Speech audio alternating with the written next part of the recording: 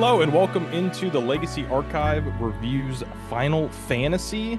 My name is Sam, and joining me today is a new face that you're going to see coming up on our gameplay videos. But Henry, please introduce yourself. Hey everyone, I'm Henry. I've been playing Legacy for about 3 years now. Just started grinding every day on the Moto Leagues, and here I am. I believe between us, we're two of the 500 people playing on MTGO League. Yeah, so one of us. You're seeing some percentage of Magic Online players in front of you right now. All four of us.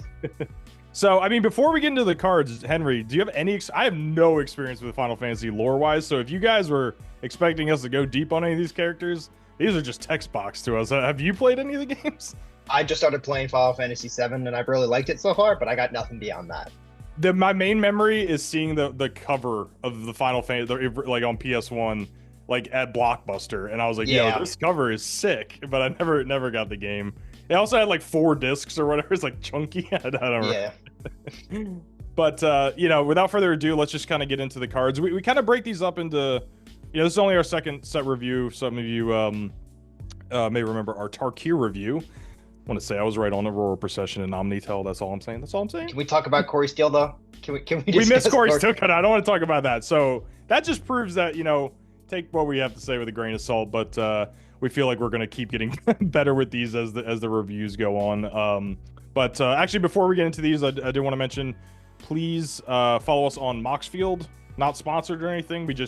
You can find all the decks we play during our gameplay on there. So link will be in the description. So please follow us over there, and you'll get to see maybe some new Final Fantasy decks come up. I don't want to spoil anything, but you know, we're gonna have some brand new card action coming to you really soon. So without further ado, let's get into our first card here. It is Vivi Ornitier, I believe. 1 blue-red, 0/3, legendary wizard. For 0 mana, I love 0 mana colon. I feel like it's like the dark, you know? That's a great text. It's great text there. So you add X mana of any combination of blue or red where X is Vivi's power. You can only do that during your turn and only once each turn. And whenever you cast a non-creature spell, put a +1/+1 counter on Vivi, and it deals 1 damage to each opponent. So it's like kind of like a what do you call it? Thermo Alchemist type of card. Yeah. So Henry, give me your initial thoughts on this. 0 mana. I'm not worried about once a turn. I'm not worried during my turn. I don't care. I see 0 mana spell, and I'm happy. I don't need anything else. I want a bauble. I want an opal. I want a mox. I'm happy. I don't need anything beyond this. If I can just make this a mana dork for 1, even just for 1 mana, if I can trigger this once, I'm happy. And then think about this card for making 2 mana, 3 mana, or anything more than that. Yeah, I like the combination is great. Usually on these cards, it lets you do like either or. But I mean, the first shell I think I see this in it is like this developing wizards tribal shell we see with like Thunder Trap Trainer, Tamio obviously. I like Cavern Souls naming wizard to make sure this resolves. I think it's a big thing because being a 3 mana, it's going to be obviously a lot more vulnerable to things. Yeah, and so it's interesting. It's like this card would actually to me form kind of the basis for like a new style of like wizards. So my first thought is wizards. Second thought is Storm, but like I don't think that exists yet. I think that has to be fully fleshed out. But I mean, spoiler alert, we are going to be playing, I think, Wizards. I'm going to be playing a Wizards variant with Vivi, so really going to try it out. I think, yeah, adding the Mishra's Baubles and things like that is really important. But yeah, I mean, I think we're also approaching. I'm blanking on the card name. Describe it. The Dominaria Mox. Oh, Mox Amber. Mox Amber. I just think you have Tamio, you have Vivi. You know, like that's pretty free at that point. That's not great, but you know. Yeah. I mean, you got to find one more decent legend. Let's think about a common play pattern here, right? Turn 3, you play Vivi. So you follow up with the Mishra's Bauble, get a mana, and then you either lightning bolt something or you cast Ponder. I think that's like pretty. You know, you can actually expect that to happen. I think that when you're evaluating legacy cards, you have to because you can make mana. Yeah, exactly. So and now you have a 2/5. So it's like it's not going to die to burn damage. It can block decently well. I mean, it's not no one can block a Barrogoyf, but it can probably block like another Goyf or some other stuff on the ground. And then I think Vivi's big thing is like if you actually get to luckily it's in the blue, so you can expect to maybe untap with it if you just conservatively play it and pass with counter spells and stuff. So I think it's and then you get a counter. Like that's the thing is like it can like I think people want to explode with this card, and I'm like, no, we just kind of like slowly kill them, and then all of a sudden you have like a 5/7 at some like or 5/8, like this massive thing. So I do think it's gonna get there. But any more thoughts on Vivi? I know like CDH is super hyped on this, Modern super hyped on this. I think people are gonna be playing this card. People are gonna be playing I think people are seeing this card and want 5 mana about it. I want 1 or 2. I don't need anything more. This is a mana dork that has unbelievable upside for me. I mean, this is a weird comparison. Is this like, is it Uro almost? It's just like this value thing that like will kill your opponent eventually. I think it has that inevitability of just, what do you got for me? Yeah. Do you have any, If answer this around, you're like, cooked. Yeah, I think it's just like the cards you pair with this. Like, and you can even go super deep on this. I mean, maybe you even go into like the Ruby Storm cards that like exile until like your next turn. Maybe you just like put this out and like you threaten this massive like Ruby Storm combo the next turn. So anyway, we said a lot about this card, but you know, this is like the premier card that everyone's talking about. So I do think it will slip into our format, and it's going to take a second for people to kind of get the right configuration. But I expect Vivi to be around in like 6 months, still talking about it. I hope so. All right, next up we got Fire Magic. Speaking of Vivi, is on the art. It's 1 mana instant. Usually these get to be sorcery for these deal 1 damage to each creature. So it has this like escalating tiered thing. So for 1 mana, you deal 1 damage to each creature. For 3 mana, you deal 2 damage to each creature, and for 6 mana, you deal 3 damage to each creature. So obviously the higher mana cost on this on the back end is not what we're really looking at. What I love this in is beating Cephalid Breakfast and like Nomad and cores and things like that. I think that's where this is really going to shine than like Delver sideboards.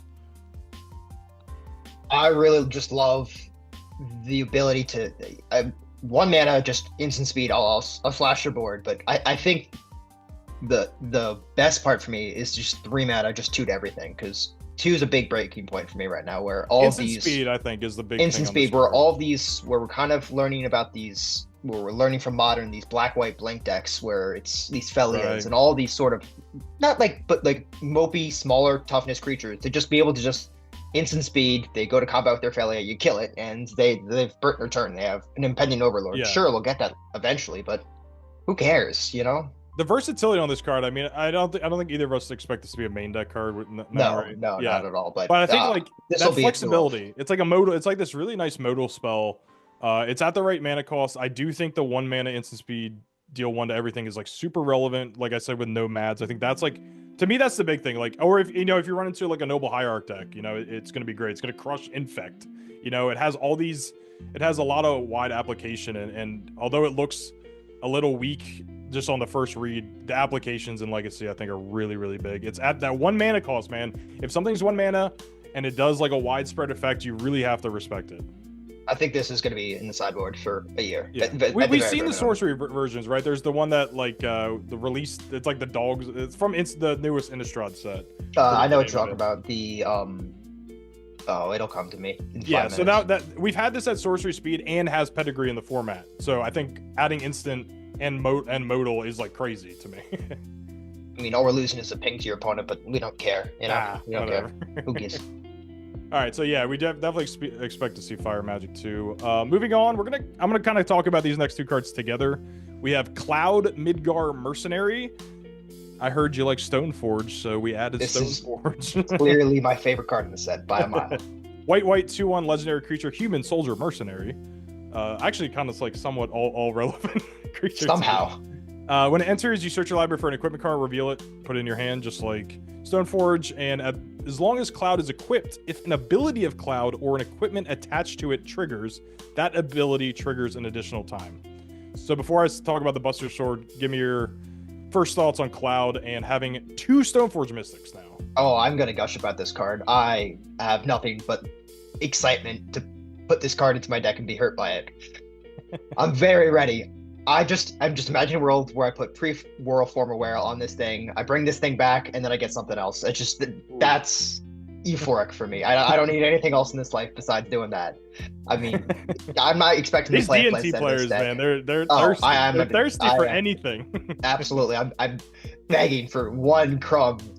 But I Talk to me. DNT being in a Yorian shell now, we're talking 80 cards. You need like heavy consistency. I mean, I get seven. Tell me, do you think literally just adding another Stoneforge Mystic, where does that push? Does that push DNT up a level, or do you think like overall it's still just going to be in that kind of like tier 2 fighting? I think we're like tier 1.5 now, where we're disruptive enough with all of. I think we're mostly off Thalia these days, but I really like Clarion Conqueror from last set. That card has really impressed me, and I think it's very broad in its hate applications, and I think this is exactly the turn 2 you want to be at.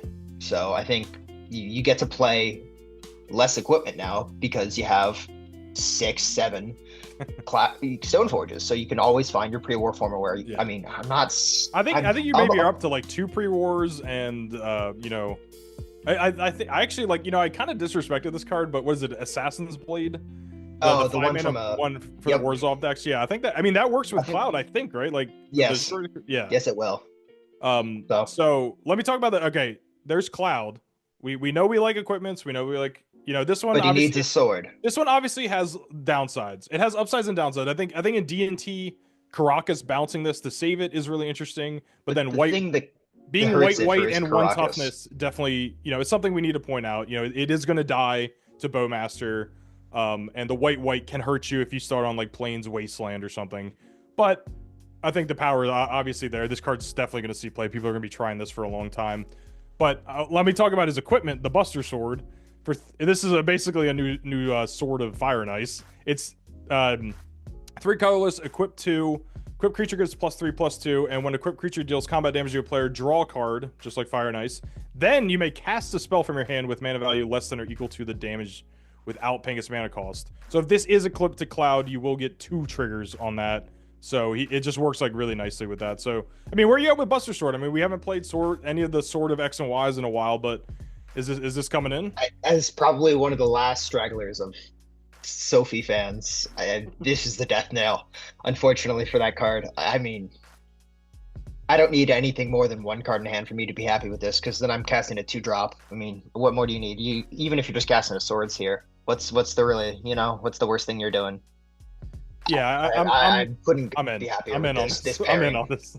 I'm very in on this, especially if we get to Stoneforge this thing in, which I know, we just talked about Cloud, but if I get to Stoneforge this thing in on end of their turn and then untap, whack them, and I just say, Flicker, all these your evasive threats like Flicker Wisp and things like that are gonna love this.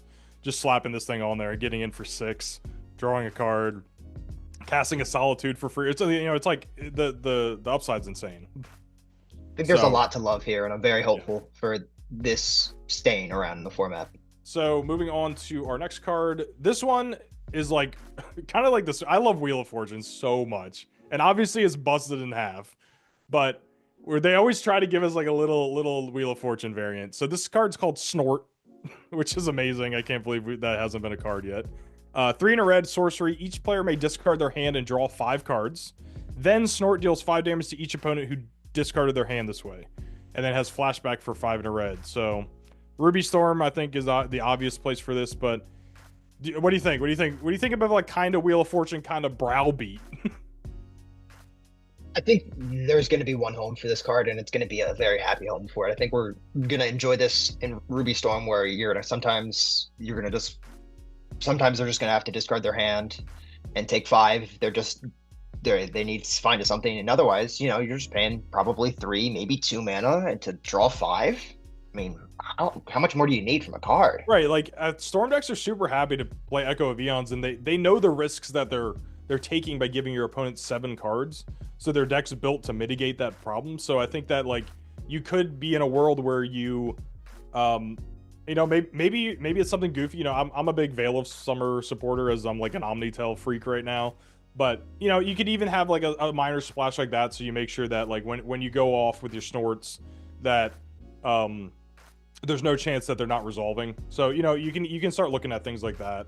But I mean, the flash is so fun. Like next words out of my mouth. The colorless is just so easy to reduce in that deck. Like two Ruby medallions, or like a Ral and a Ruby medallion. I mean, that's the deck. We can't act like that's not gonna happen.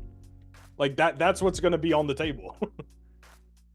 So like, yeah, gonna have some very, very strong cases, and it's going to play very well. And I mean, I don't think Ruby Storm needs much more to really get there. And once we figure out where Oops All Spells is going to land in this format, I think it's going to be what the combo people are going to end up on is Also, when what I if love they about want to this play card, combo.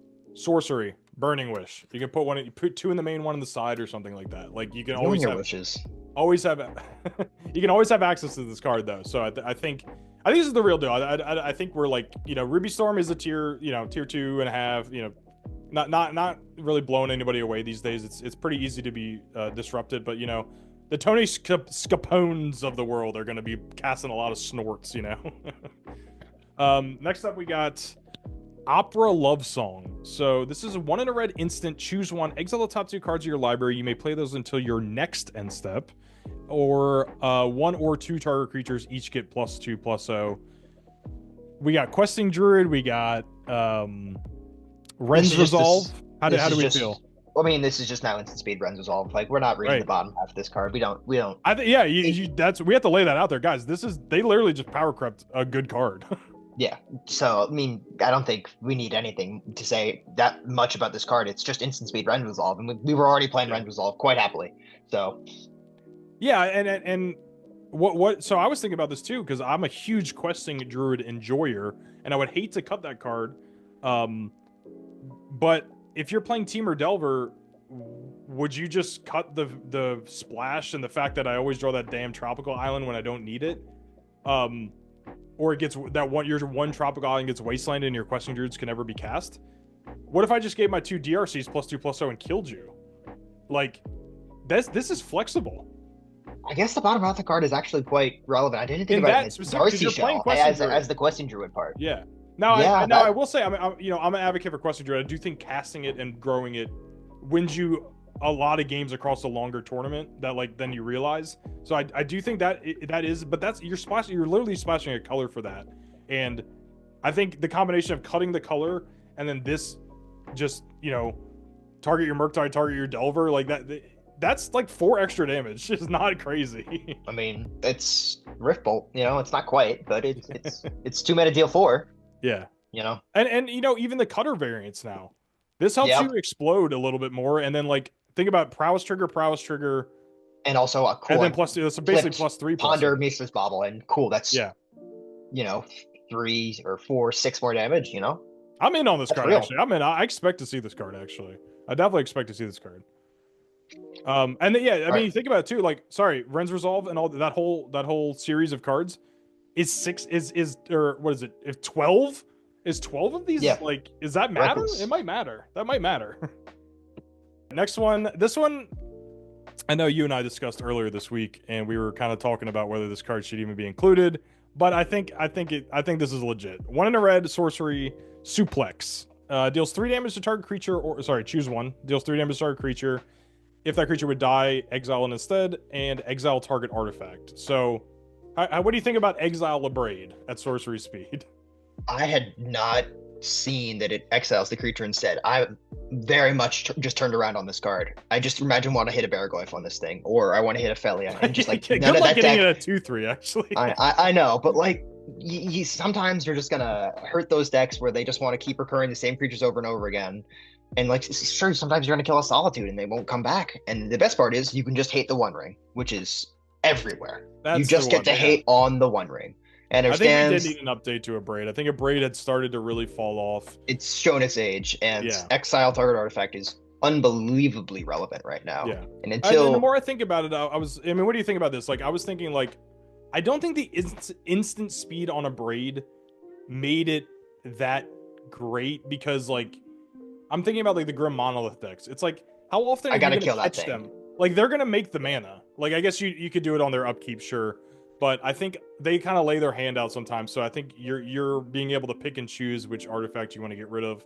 I think that's where it's going to go. I mean, I'm not going to say sorcery speed makes this card great, but I think the difference between your opponent, you're never going to get to stop your One Ring opponent from drawing a card here. Like, they're going to draw a card. But I think where the sorcerer hurts most is the creature mode, because if opponent's playing an artifact, they're going to get to do what they want to do with it for their turn, and then you'll get rid of it. But It's the Yeah, a sorcerer lot of for. times when I had a Braid on my Delver sideboards, I'd bring it in the mirror or something, or like against small creature decks too. So it's got some relevance to where, like, you know, if you don't run into a lot of ring decks that day, but you run into like DNT and you know, a Noble Hierarch deck, you know, maybe you bring this in, you know, get rid of a Cub or Against something. Maverick, yeah. Like it can do some things again. I think this will be like a one of in some sideboards for a couple months, and then we'll end up like getting something better in a couple sets, I'm sure. All right, so we're gonna move on to our next section. This is gonna be our more like fringe playables. These are cards that I would categorize as they need like a whole new archetype to work that we haven't seen, or they are going to be kind of like, you know, a sideboard option or something that you might play in like one deck. So we're gonna start off with another main character from this set, Sephiroth, Fabled Soldier. Gonna give me a second here. You can take a nap while I read this. 2 and a black, 3/3. Legendary creature. When it enters or attacks, sack another creature. If you do, draw a card. Whenever another creature dies, target opponent loses a life and you gain a life. So it's a blood artist. And if this is the 4th time this ability is resolved, transform him into Sephiroth, one winged angel.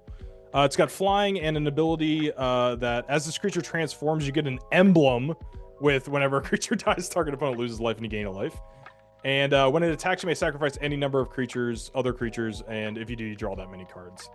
I don't know. What do you think? This card's powerful as hell, but is it legacy powerful? I really want this to go into a Yawgmoth shell in this format. I just don't know if it can. I just don't know if that's going to translate here. I think Bowmasters really hurts that deck horribly. This card does draw a card a lot. Yeah.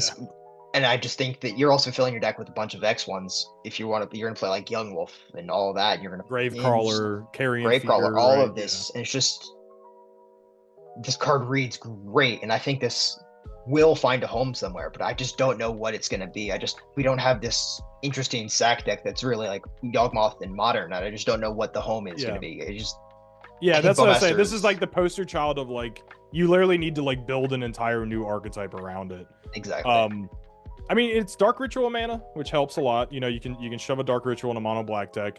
You know, I could see this alongside like a Carrion Feeder. Like maybe we start seeing like a Soul Trader combo deck. You know, maybe that's where this would fit because it gives you some mana while you're valuing, so you'll have the mana to cast more things while you draw some cards. You know, there's a slew. I mean, Orcish Bowmaster makes 2 tokens, so I think that plus Carrion Feeder plus like. You can definitely have situations where by turn 3 you're flip. I think if turn 3 you can flip this guy consistently, that's a reason to play a deck. You know, Cabal Therapy sacks a creature for free. I do think if you really put some more thought into it, you can start crafting this deck and it have interaction and explosiveness. It's you get to play Phyrexian Tower. You know, that's gonna be great. I like that. So I mean, yeah, there's a million cards that like, you know, sack and make a body. So you'd have to kind of like you'd have to go deep, you know, you'd have to really brew something up. But I would love to see this happen. I would love to see a mono black sack deck be relevant. I mean, these mono black aggro, mono black mid range decks, I think people don't respect enough. I mean, I think in mono black you have a lot of interaction and a lot of relevant interaction to win games. And you know, Gravecrawler can go infinite with Soul Trader, you know, things like that. Like, I don't know. Maybe Sephiroth is the kind of like inspiration for this deck to exist. I really hope he is. I think that would be a very healthy addition to this metagame right now. That'd be great. I mean, maybe we see like, you know, another banning or two, and then a deck like if we see like a really fair format, I think this kind of deck would really. It's gonna be right at home. Yeah. All right, moving on to another legend, Matoya Archon Elder for 2 and a blue, 1/4. Legendary creature, human warlock. When you scry or surveil, draw a card. Surveil lands, preordain, consider. That's all I'm going to say here. I don't think GRC. Oh, we don't even need to go any deeper every time. We don't have to go any deeper. You don't need to play anything more than. I mean, you're probably going to have to cut some brainstorms or some ponders at that point but. You'd probably play just like 4 preordains and no ponders or something. Yeah, probably that's where you're going to end up. And yeah, how much you get to play? Oh no, I have to play more surveillance. Yeah, I think blue red is the obvious shell for this with DRC being the kind of cracked version of getting this going. But yeah, I mean, hey, you guys like Ancestral Recall? How about preordained becomes ancestral recall. I mean, Right, but so again, you have to keep talking about Bowmaster. It's clearly, it's the number one hate on drawing cards. So this doesn't help you against a Bowmaster, and it makes you incentivizes you to play further into Bowmasters, unfortunately. But if you can deal with the Bowmaster problem, I do think if Surveil Lands weren't here, we wouldn't even be talking about this card. What do you think? Not a chance. Not a chance. So, you're probably going up to like maybe like 3 Thundering Falls or something, maybe a whole play set. And, you just kind of play your basic Is It Disruption, and then you just kind of add this guy. I don't think this is like an Ancient Tomb card or anything. No, even though it's got that mana cost. I think this is a turn 4 play where you want to have a fetch line in play after you cast this thing to immediately get a trigger. Yeah. This card's going to feel awful unless you're triggering it once. Yeah, you have a DRC out, 4 mana, play this, play a Preordain, and just like... Yeah, I mean, it's like... That might be... Like, that's an explosive enough turn to where... And you're playing real cards other than Matoya. So, I don't know. I'm not low on this card. I just think, like... I'm asking, like, whether that's needed when you're just playing, like, Delver colors, and you should just play, more tempo. Just good cards. Yeah. Yeah. So this is like... I think this is like a fun league kind of deck, but I wouldn't expect to see this at Eternal Weekend or anything like that. No. All right, moving on to Yuffie, Materia Hunter. First red ninja, I believe. I think that's true. 2 in a red, 3/3 ninjutsu, 1 in a red. When it enters, gain control of target non-creature artifact for as long as you control Yuffie. Then you may attach equipment you control to Yuffie, which is odd. But I guess if you steal somebody's equipment, which I guess this can do for sure. But what card do you think we're talking about with this card? I don't know. Any 4-mana artifacts that are playable in this format, unfortunately. So yeah, so you're taking rings with this for sure. I think in something like mono red, or I don't know what I mean. Maybe you would. I mean, returning a DRC isn't so bad. If you're, I mean, the ring is a huge problem for a lot of decks that are like tempo and stuff like that. So it's pretty egregious. I think, I mean, I don't know. Where do you think the power level of this is? I mean, clearly it has its one job, but it can go beyond that. I mean, that equipment thing is kind of interesting. I think the equipment thing is truly just flavor text, because, I mean, we're not going to be playing this in a deck where I have Lava Roots or Shadow. Take your Cauldra, slap Cauldra on Yuffie? Okay. This is why D&T is dying. You're trying to make it red-white. Good grief. Take your Buster Sword? Now you're talking my language. I think you're also going to be happy to hate on the Painter combos as well, because I think this is going to be, you get to steal their grindstone. Oh my god! take their Great Furnace. They're starting on mana, like you can stone rain them. Yep. Yeah, Grim Monolith decks for sure. I think I should have put this card in the top section. I think this card actually has some application. Every time I read it, I'm like, oh, you have to ninjutsu it out. No, it's literally just enters. Like this is just steal your thing. Like this is for that rate for a 3/3 is like, I think that's like the first time we've ever seen this rate of this kind of like just. I mean, we had like, what was the Zendikar Rising, the kicker, the thieving skydiver? Oh yeah, that thing. Yeah, but you have to pay a lot of mana for that thing. That thing wasn't great. But this thing is Ancient Tomb mana. Like this probably goes into. That's the thing. This goes into big red sideboard for sure. Yep. Like Stompy Red, this isn't that sideboard. Like I think you play one of these in pretty much every red Stompy. I mean, I know that's kind of a hot call, but like, I think the Mystic. It's funny, like obviously if they kill Yuffie, like that's the problem is that they kill Yuffie, they get their thing back. So this isn't just a forever take. But if you're playing against Grim Monolith, there's things like that. I think like Kozilek's commands about their only interaction to get Yuffie out of there, and that would cost a lot of mana. So if you took their Grim Monolith or something, it would be tough. So yeah, I think really, really great mono red sideboard card, and could have applications beyond that, but we have to wait and see. I think this one will age well. Up next, we got a Gruul legend, Rydia, Summoner of Mist for Gruul mana, 1/2 legendary creature, human shaman with landfall. Whenever a land enters, you may discard a card. If you do, draw a card, and then a summon for X and tap. Return target saga card with mana value X from your graveyard to the battlefield with a finality counter on it. Gains haste until end of turn. Activate only as a sorcery. 9 mana, get that Bahamut back. 9 mana. That's what we're talking about here. Certainly couldn't be any other saga we'd like to recur. But yeah, no, I mean, this card looks like really innocuous. And then I was like, wait, if I have Exploration out and a Life from the Loam in my hand, like this goes insane.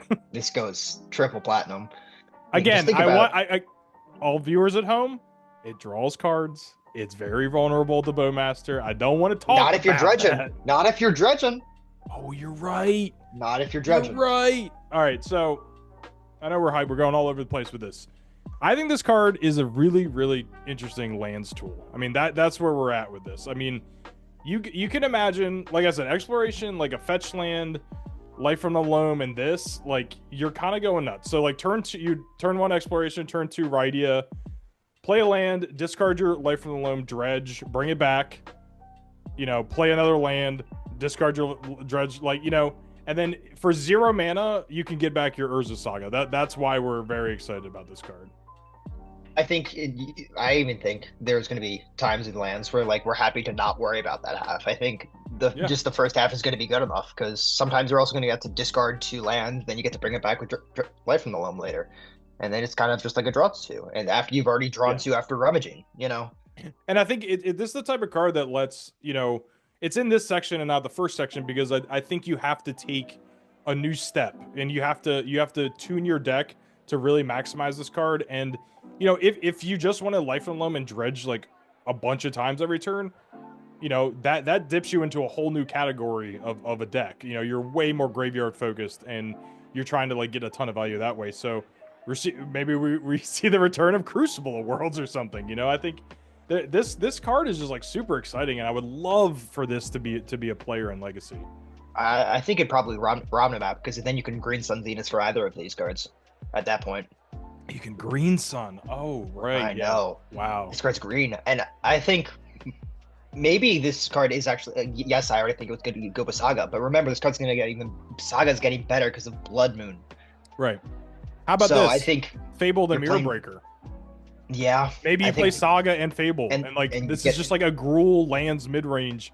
Okay, you would probably get smoked by combo decks. That's your whole sideboard would have to be like Force of Vigors and like Disruptor Flutes. But hey, if you need to do that, I think this would crush fair decks like crazy. I mean, Punishing Fire, everybody. I know. It's been a while. You get to discard your Punishing Fires. Like if they're bad, bad, you just get to discard your Punishing Fires. Wow. Well, early in the game, discarding it is like kind of. I mean, this is. I don't know. I think this card's juiced. I think this card looks really good.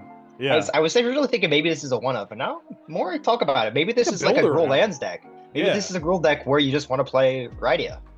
It discards cards, Fable the Mirror Breaker too, and it's a Saga. Like these all we're saying cards that are really good and really staples in this format.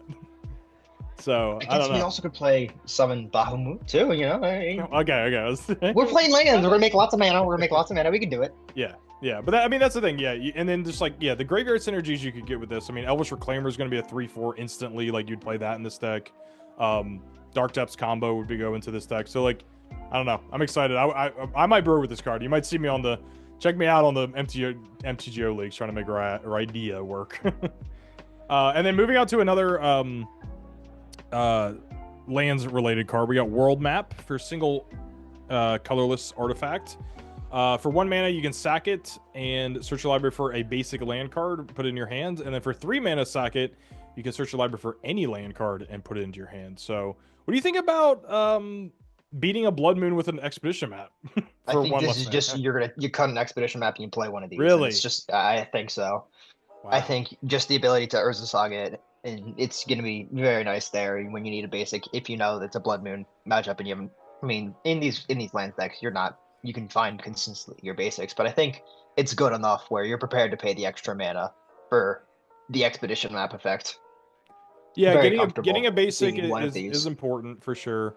I think being able to, definitely Blood Moon's the obvious thing, but like, you get against an aggressive Wasteland deck, or maybe this is, you can keep a 1-lander with this, and you can go get a basic. Yeah, it's so cheap. The front side is so cheap. You keep a 1-lander and you hope to keep drawing lands and you've kept your 1, or if you just rip 2 lands and cool, this is just a 1 more mana Expedition map and I find what I need. Yeah, I don't think this really alters the play patterns of Expedition map that much. I think, these lands decks, you know, especially if it's something like Yavimaya floating around or something where all your mana is like kind of available. I think if you're in a more lands focused Urza Saga deck, like this idea we have maybe, you know, I don't think the mana is going to be much of a problem.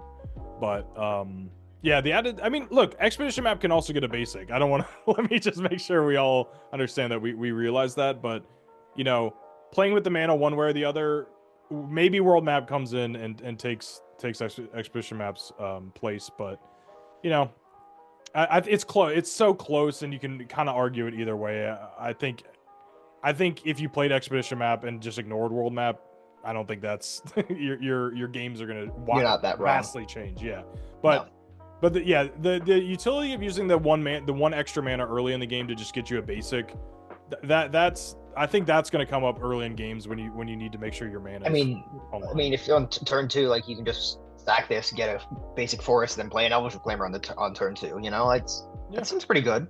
Yeah. So we'll keep an eye on World Map and see if the lands enthusiasts are going to switch over. All right, introduce us to Cecil, please. All right, Cecil Dark Knight is a legendary creature human knight for just a single black mana. It's a 2/3 with Death Touch and Darkness. Whenever Cecil deals damage, you lose that much life. Then if your life total is less than or equal to half your starting life total, untap Cecil and transform it. And it transforms into Cecil Redeemed Paladin, still a human knight with lifelink. And it has Protect, and whenever Cecil attacks, other attacking creatures gain Indestructible in a turn, and it's a 4/4. Ooh, mono black aggro? How are we feeling about this? I think this is going to be in the mono black aggro where you're going to talk about Stalactite Stalker. I think it's going to be in that realm. I think you're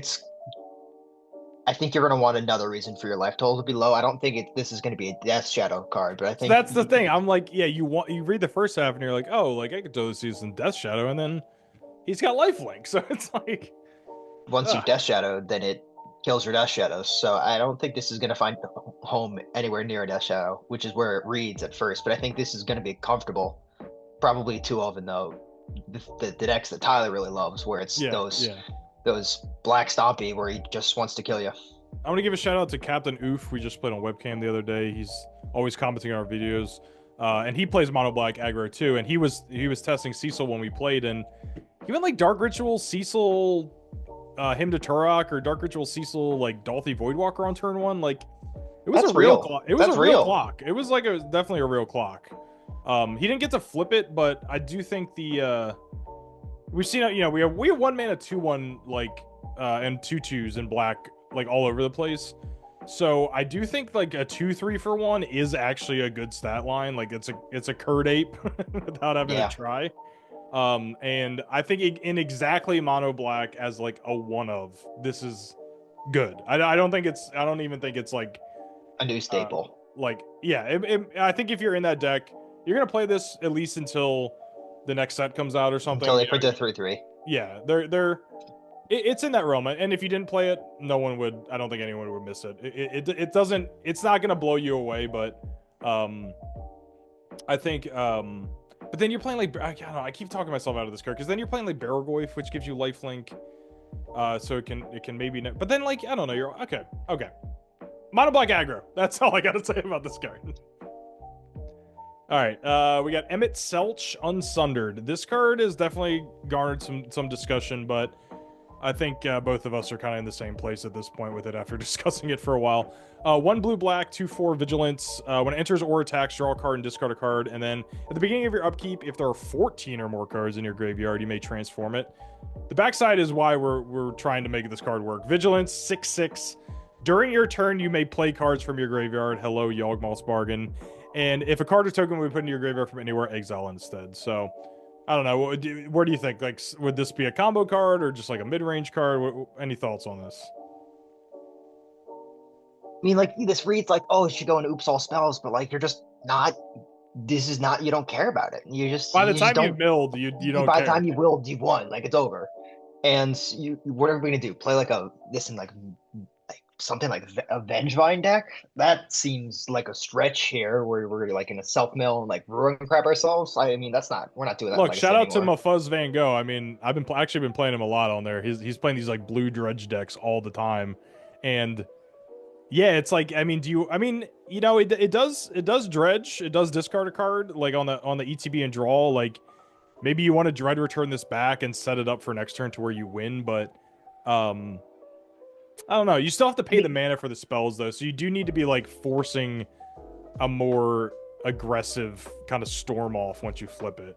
Exactly. And like even if like we put it in like what could be its best shell of like dredge, like what dredge cards do you want to cast? Like we don't care. We're not casting these cards. I think care because they say dredge 5. Yeah, you'd be casting things to make sure that you can dredge more. But yeah, I mean, I thought about this card too as like a, you know, as a Dimir Uro almost, where you're gonna play it in a more fair, like the more kind of like Entombed decks right now. But 14 is just 14. 14's a lot of cards. It's not gonna happen as much. Do you have any interest in just playing any generic leader these days? And yeah, I just don't think we're ever getting to 14 and just paying 3 mana for a I understand that it loots on ETB, but sure, it's a 2/4 vigilance. Like it doesn't 2/4. Like it's not blocking a Baragoi happily. It's not blocking DRC or anything like, in the it's air. Not blocking. Yeah. If this just had flying the best part of this card is that it's blue. If it had flying instead of vigilance, I'd be in maybe. Sure. But yeah, I don't want to discuss this too deep because I don't think either of us see it. But it's obviously that backside is crazy. So I think, hey, Mafuzz, go crazy. I hope you do it. I hope I see you playing this next time we play online. All right. Please read us this. All right, we got Quistis Trepe, which is a. By the way, I didn't mention. Please do not judge us for any pronunciation. I believe this is a French person, so I got nothing. Gotcha. Go ahead. This is a human wizard for 2 and a blue. Ancient Tomb is calling for 2/2. When it enters, you may cast target instant or sorcery card from a graveyard, and mana of any type may be spent to cast that spell. If that spell we put into a graveyard, exile it instead. Everyone, I think, read this card the same way the first time, and then you read it again, and you see a graveyard. Really then questioning. You see a graveyard, and then you're all in. Yep, any graveyard.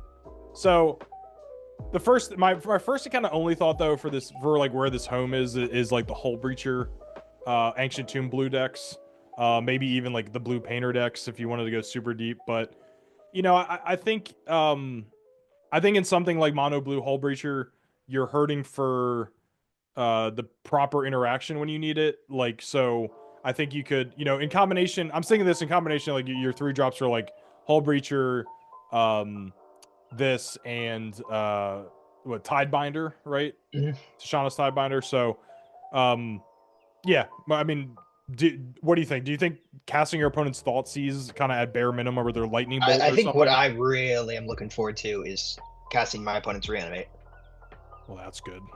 Yeah, well, I think that's going to be the best case card for this card. We're like, cool. Hey, I'm Reanimator now. Have fun. Figure it out. How about this? I take your Entomb and I entomb Echo of Eons. Oh, okay. Now that actually is hot. That is hot. Okay. Yeah. I mean, I think good, maybe not, but not having Flash is obviously hurts this card compared to something like Snapcaster. But I think, yeah, like I said, I think you're playing this card if you're playing Ancient Tomb and Islands. Yeah. That's where the home is. So any deck that's doing that, I think I would look at this card and really think hard about like, can this be a sideboard option for me? Like, let's say you're playing a mono blue combo deck. You should smoke, there's a good chance you're going to smoke game 1. And then game 2, your opponent's going to have like so much more hate for you. Usually in spell-based stuff. So like, if you get Thoughtseize early, you can just cast this, Thoughtseize them, take their interaction, and then guarantee that you're going to go off. So I don't know. It's an interesting card. I mean, it's also going to hit fatal pushes when you need to kill the Orcish Bowmaster that kills your deck. Swords of Plowshares. Yeah. Swords of Plowshares. Like it helps prevent you from losing to Orcish Bowmasters, which is the enemy of this deck. Yeah, its body isn't impressive. I think that hurts this card a little bit too. But hey, neither is Hull Breachers and neither is Tishana's. So they have like good application. So I don't know. This is totally the type of card I would try out. I love blue Ancient Tomb decks. All right, so time to move on to our next card.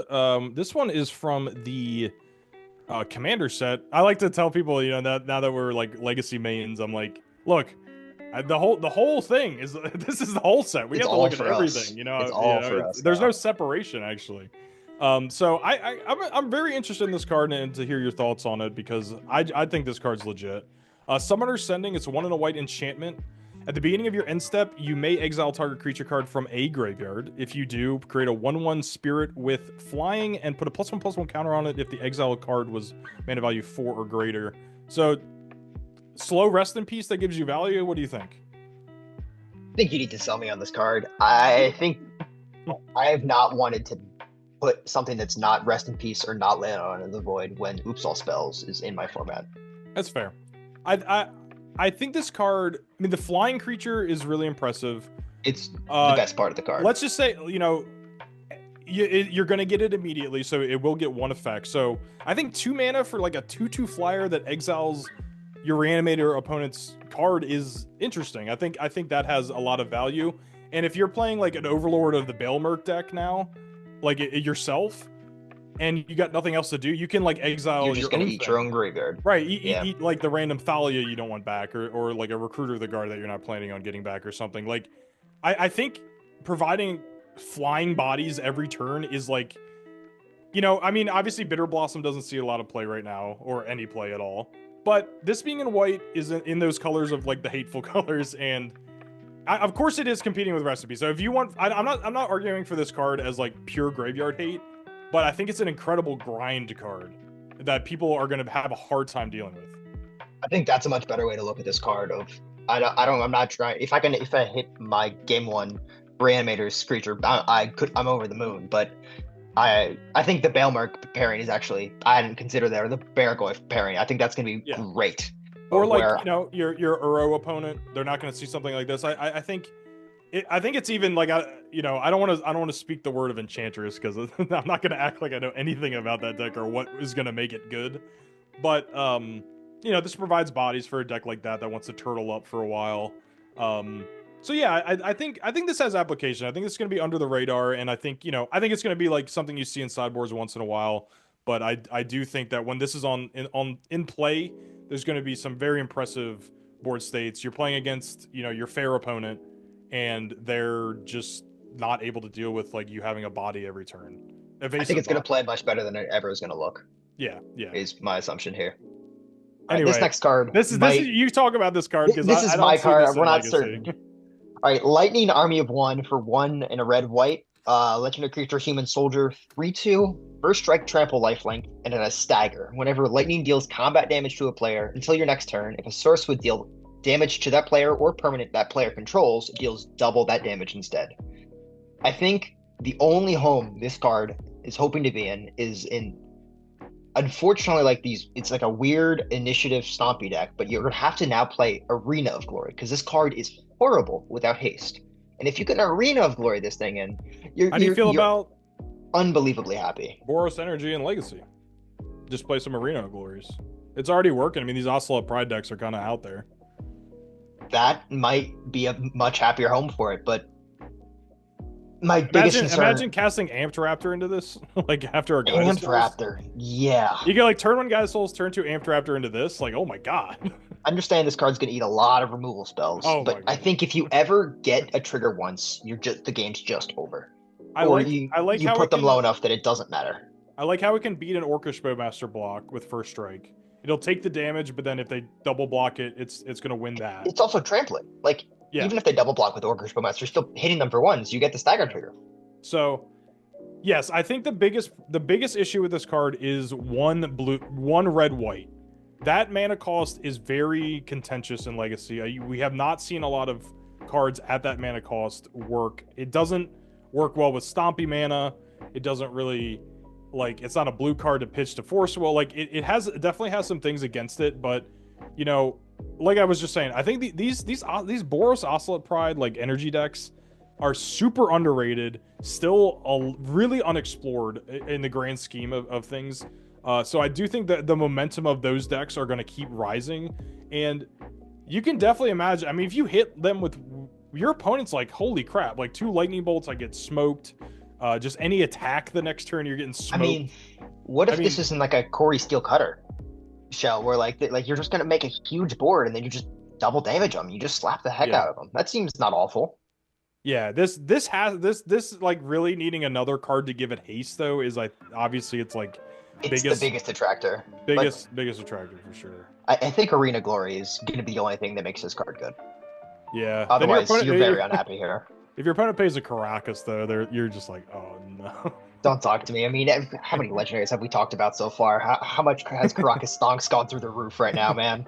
Well, also, I think this card could honestly be a little bit of a build around, again, like an unexplored archetype that's never existed before. But I was just, when you were like, yo, we should talk about this card, I was like, wait, this with Fire Blast? Like, they're dead. Like, if you hit them and then just untap and go Fire Blast, or I guess on the same turn, right? You just Fire Blast them after hitting them for 3, then that's, what, 8 to the face? Like... And also any other creature that you play beforehand, because this has first strike, that like any creature with non-first strike, just regular combat damage, also gets doubled. Your flying creature the thing you just gave flying with Guide of Souls. This with Guide of Souls, obviously great. So yeah, I'm almost convinced. I think again, I'm hopeful. We get excited about, obviously set reviews, like you get excited, you try to hype cards up. Legacy is ruthless, man. This isn't going to help you against Oops All spells. This isn't going to help you against Blue-Black Reanimator.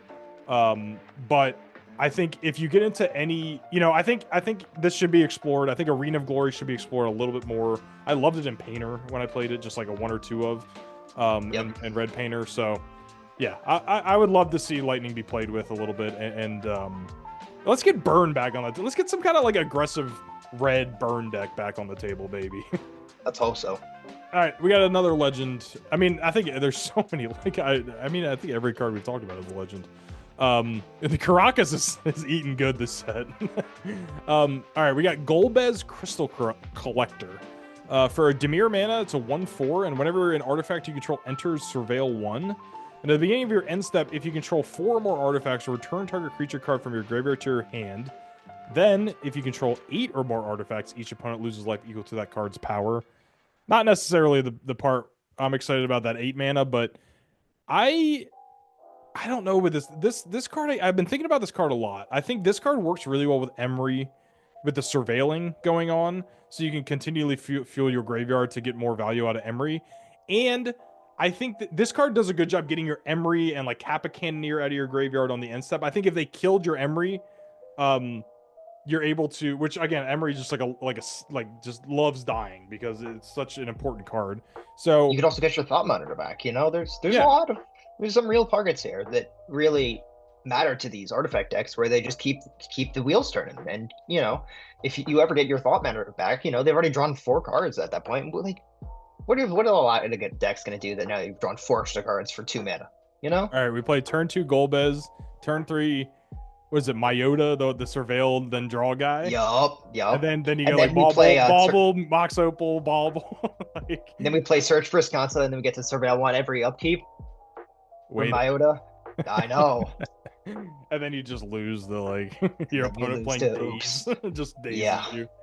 But I think, Golbez, I think the biggest issue with this card to me is the blue-black mana cost. I think that means you have to abandon mono blue, which is doing great for Painter and Emery decks right now, and you'd have to dip into a color. It's hard. You can't. It's hard. That's not Ancient Tomb type of mana cost. You always have to have that black and blue, which it's going to be tough. Your opponent's wastelanding the hell out of you when you're basically playing like all non-basics in a deck like that. So you'd have to turn the deck into something else. It's like not something else, but you'd have to kind of bend a little bit for a card like this. So that's the big question to me, is the value worth it? I think we have to find another black card that's going to make it worth it. Or I think this card's definitely has real legs to it. I just think there has to be another reason I want to splash here. Yeah, definitely. It's a wizard. We played in our Vivi deck. Flame of Anora's calling. But yeah, it's very subtle value. It's very cheap. I think another issue with this card is this body is very unimpressive. The 4 toughness is great, but honestly, we're not blocking on the ground that much in Legacy. A lot of the threats fly. A lot of things are just way bigger. So it doesn't really do a good job even when it's in play. It's just this little value engine. All right, please tell us. I'm excited to try it. Please tell us about Tifa. This one I know. This is Tifa Lockhart from Final Fantasy VII. She's 1 in a green. We all know about Tifa. 1/2. She has Trample and she has Landfall. Whenever a land enters, double Tifa Lockhart's power until end of turn. This card is screaming crop rotation to me. How does Infectilus Infect sound? I think this card is going to be very fun to try out. I think there's some real interesting thought process here of how am I going to cheat as many lands into play in one turn just to slap the hell out of my opponent? Because Well, this go ahead. this card just reads, I want to like fetch. I want to hold my fetches. I want to fetch twice, and then I want to play a crop rock, grab another fetch again, Berserk. and Yeah. and then just or, exactly. I just want to berserk you. You know, That's what I'm saying. just Invigorate. So like, let's walk people through some lines here. I mean, this is like not that crazy. You play Tifa on turn 2. Maybe you're playing. Maybe again, like I said, infect less infect. But I think if you're in like a Simic deck, I think you need the blue spells to keep your stuff alive. you play invigorate and you play fetch land. You have lethal. Or you go turn 1 Noble Hierarch, turn 2 Tifa, have a land up, so you have even more options to protect her. Then you untap, draw, Invigorate. play Invigorate, 5 power, Fetch. land, double trigger. That's 10. That's 20 power. And then 20. Yeah, and then you have and it's got trample. It already has I think inherently having trample is one of the biggest parts of this card being playable. And so here's the thing. Oh, it also has 2 toughness, huge. A lot of those infect creatures have 1 toughness. So I've never been the biggest fan of infects. I mean, I've respected it as a deck. I think it's a fine deck, but like I do love pump spell decks, but I've always found infect to just be a little cheeky. So you do have to drop every single infect card from your deck, but what else my big question with this card is 4 Tifa Lockharts as your like main combo kill you with like a few cards. What other green aggro spells or aggro creatures are out there to complement Tifa?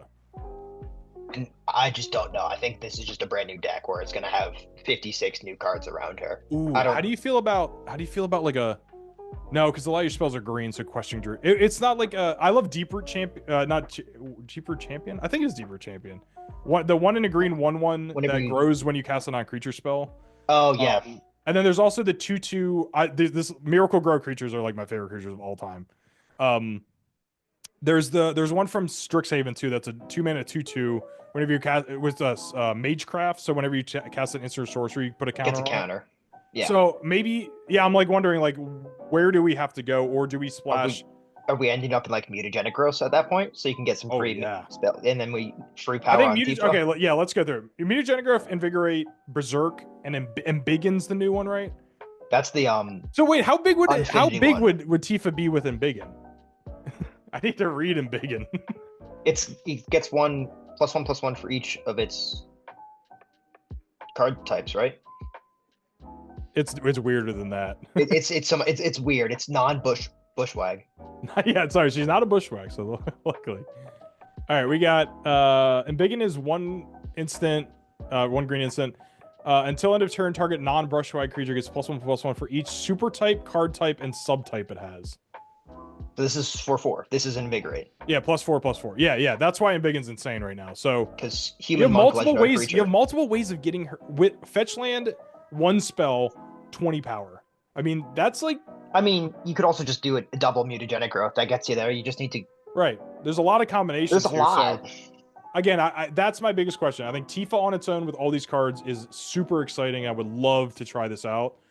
What other creature? What's our secondary plan? Because in fact, it gets multiple creatures, and what is it? The land, the infect land. Blink Moth Nexus. Yeah, or Ink Moth Nexus. Ink Moth. Yeah. So Ink Moth. Those are that's real stuff right there. So I want to probably get to play Ink Moth because like all of these pump spells, like that seems pretty simple. But I don't know if you want to play all the infect creatures. No, I'm saying you wouldn't. I'm just saying like I'm comparing this to like how much of support for Tifa, like other creatures we would need in case we don't draw Tifa or Tifa dies immediately. Like how else would we kill our opponent? And as I say that, I think, what if if we dipped into another color? Red gives you reckless charge.